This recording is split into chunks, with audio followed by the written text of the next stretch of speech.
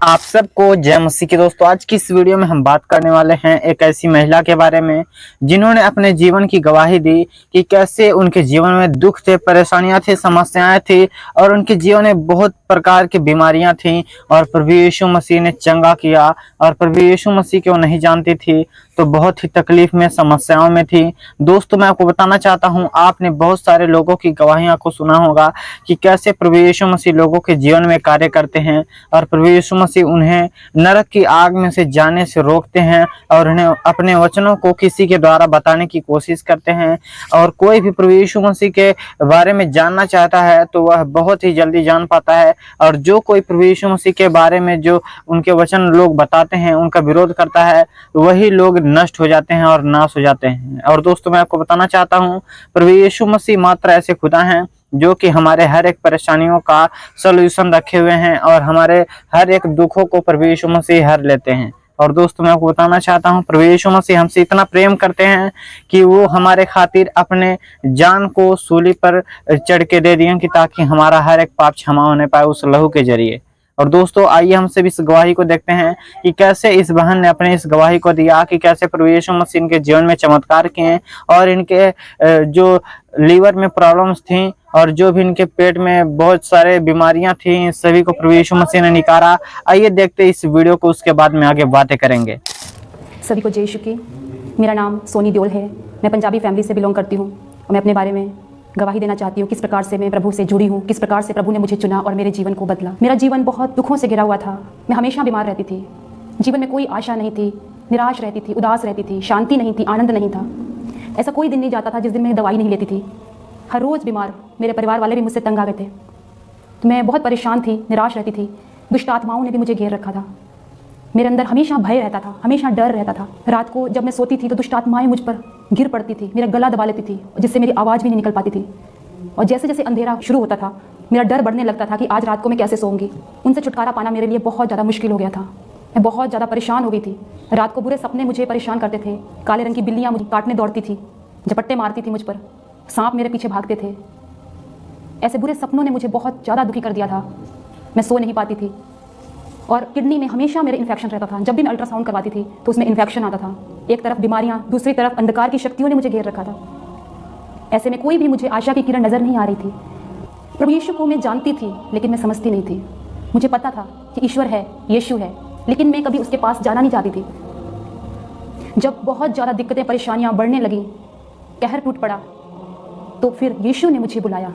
कैसे बुलाया मैं आपको बताना चाहूँगी। एक मैसेज मुझे भेजा। यीशु का मैसेज मुझे कैसे मिला मैं आपको बताना चाहूँगी। एक दिन फादर रुडोल्फ का मेरे पास फ़ोन आया।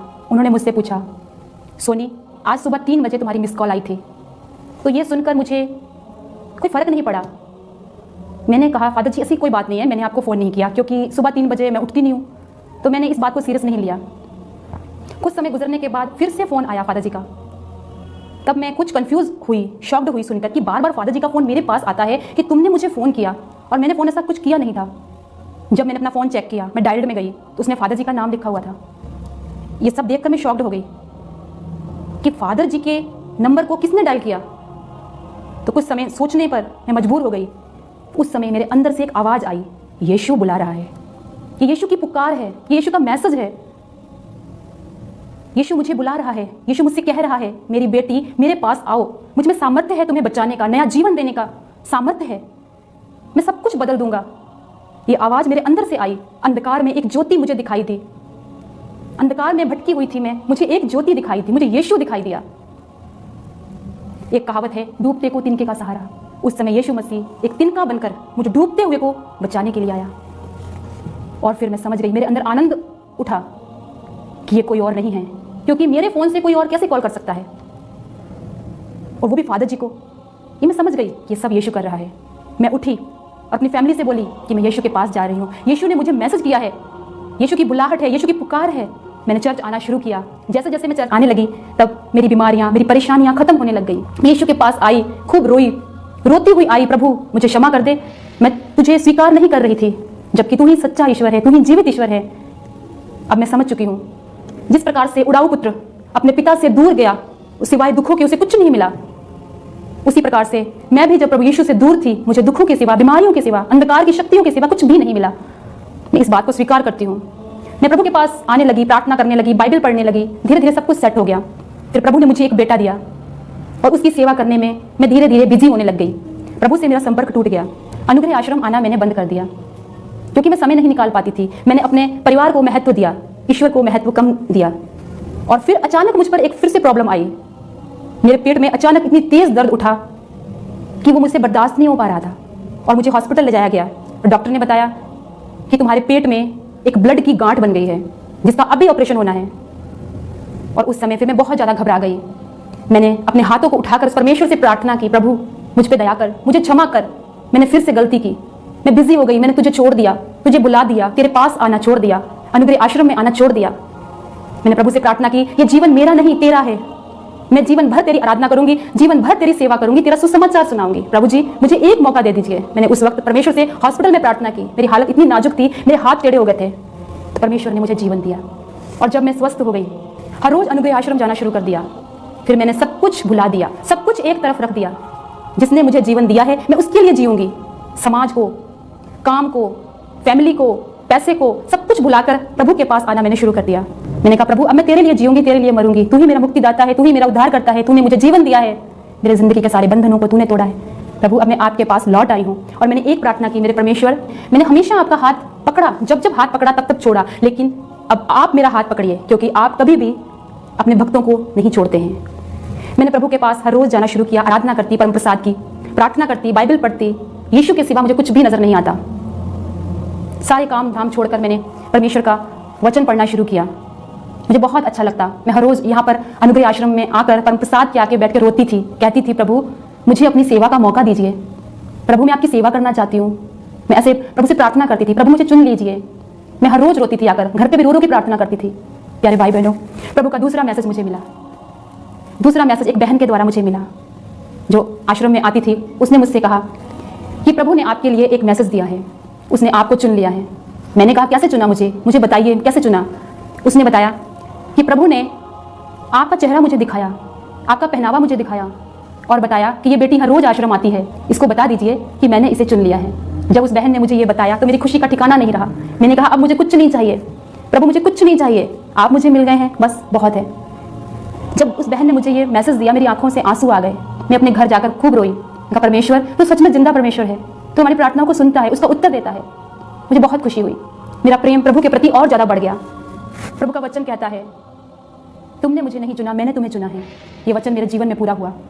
और फिर उसके बाद वचन कहता है तुम्हारे मांगने से पहले उस पिता को पता है तुम्हें किन किन चीजों की आवश्यकता है, कौन कौन सी वस्तुएं तुम्हारे लिए जरूरी हैं। मेरे पास कोई रोजगार नहीं था, कोई नौकरी नहीं थी, मैं बेरोजगार थी, लेकिन मुझे फिक्र नहीं था इस बात का कि मैं बेरोजगार हूँ, क्योंकि मुझे पता है मेरा पिता सब जानता है, मैं उसकी सेवा कर रही हूँ, वो मेरा भविष्य हमेशा उज्जवल बना के रखेगा। मैं जानती थी इस बात को। तो उसने मुझे एक रोजगार दिया। अब मैं आपको बताना चाहूंगी कैसे उसने मुझे रोजगार दिया। मैं तो अपने परमेश्वर की प्रार्थना में, आराधना में व्यस्त थी। हर रोज घर का काम निपटाकर अनुग्रह आश्रम में पहुंच जाती थी। 10 बजे आती, 11 बजे आराधना खत्म करके अपने घर वापस चली जाती थी। मुझे कोई मतलब नहीं था दीन दुनिया से, कोई मतलब नहीं था पैसे से। तो मेरे भाई ने एक बिजनेस खोला, ऑनलाइन का बिजनेस उसने खोला, सारा पैसा अपना लगाया, रेडी किया दुकान को। उसने ये बिजनेस अपने लिए खोला था। देखिए परमेश्वर की योजना, उसने ये बिजनेस अपने लिए खोला, लेकिन कुछ ही दिनों में उसकी बहुत अच्छी नौकरी लग गई, बहुत अच्छी आमदनी पर, अच्छी सैलरी पर। और उसने मुझसे कहा दीदी ये बिजनेस आपका है। मैंने कहा मैं कैसे कर सकती हूँ, मुझे कुछ भी नहीं आता है, मैंने कभी कंप्यूटर को हाथ तक नहीं लगाया, मैंने कंप्यूटर को छुआ तक नहीं है कभी, मैं कैसे कर सकती हूँ। उसने कहा मैं नहीं जानता हूँ, मेरी जॉब लग गई है, मैं जा रहा हूँ, अब चाहे आप इस बिजनेस को चलाएं चाहे ना चलाएं, ये आपकी मर्जी है। मैंने सब कुछ परमेश्वर के हाथों में दिया और धन्यवाद दिया। मैंने कहा प्रभु आपका वचन कहता है कि जिसमें शक्ति नहीं है आप उसको शक्ति देते हैं, जिसमें बल नहीं है आप उसको बल प्रदान करते हैं। प्रभु जी आपने एक निर्बल को बल दिया, शक्तिहीन को शक्ति संपन्न किया है। अब आगे का काम भी आप ही मुझे सिखाइए। तो उसकी दया से मुझे सब कुछ आया। आज मैं वो बिजनेस संभाल रही हूँ, उस काम को कर रही हूँ, पैसा भी कमा रही हूँ और साथ साथ में सुसमाचार भी सुना रही हूँ, प्रभु की सेवा भी कर रही हूँ, हर रोज आश्रम भी आती हूँ और दूसरों के लिए प्रार्थना भी करती हूँ। दोस्तों जैसा कि आप सबने इस वीडियो में देखा कि कैसे इस महिला ने अपने इस अद्भुत गवाही को दिया कि कैसे प्रभु यीशु मसीह ने इनके जीवन को बदल के रख दिया। और दोस्तों ऐसे लोग जो हैं जो कि इस दुनिया में भटकते हैं, जो प्रभु यीशु मसीह के बारे में नहीं जानते हैं, और यदि हम उनको प्रभु यीशु मसीह के बारे में कुछ भी बताते हैं तो उनका विरोध करने लग जाते हैं कि प्रभु यीशु मसीह कौन खुदा हैं। ये तो अब ये लोग पता नहीं कहाँ से यीशु मसीह को मानने वाले लोग आ गए हैं हैं और कहते हैं हिंदू लोग कि हमारा परमेश्वर जो है सनातनी है और हम हिंदू धर्म को हम सनातन से मानते चले आ रहे हैं। और दोस्तों मैं आपको बताना चाहता हूँ, ये नहीं जानते हैं कि हमारा परमेश्वर नहीं, बल्कि जो लोग सच्चे खुदा को मानते हैं, जिन्हें हम प्रभु यीशु मसीह के नाम से जानते हैं, वही हमारा सनातन के खुदा हैं और वही हमारे परमेश्वर आदि से हैं। और दोस्तों इन लोगों को इस बात का ज्ञान नहीं है कि प्रभु यीशु मसीह को ये लोग कहते हैं कि प्रभु यीशु मसीह तुम्हारा 2000 वर्ष पहले आए हैं और हमारा जो धर्म है, हमारा जो परमेश्वर है वो सनातन से है, मतलब कि बहुत ही शुरू से है। और दोस्तों मैं आपको बताना चाहता हूँ, प्रभु यीशु मसीह 2000 वर्ष पहले इसलिए आए कि हमारे पाप जो हैं माफ़ किए जाएं उनके लहू के जरिए। इससे पहले वो प्रभु यीशु मसीह एक आत्मा थे और अभी भी आत्मा है, क्योंकि प्रभु यीशु मसीह एक मनुष्य के रूप में धारण करके आए कि वो मनुष्य के रूप में आए और हम सभी के पापों को धोएं और हमें हर एक पापों से आज़ाद करें। उनका यही उद्देश्य था इस दुनिया में आने का। और दोस्तों मैं आपको बताना चाहता हूँ, प्रभु यीशु मसीह हर एक से प्रेम करते हैं, ना ही एक दो से,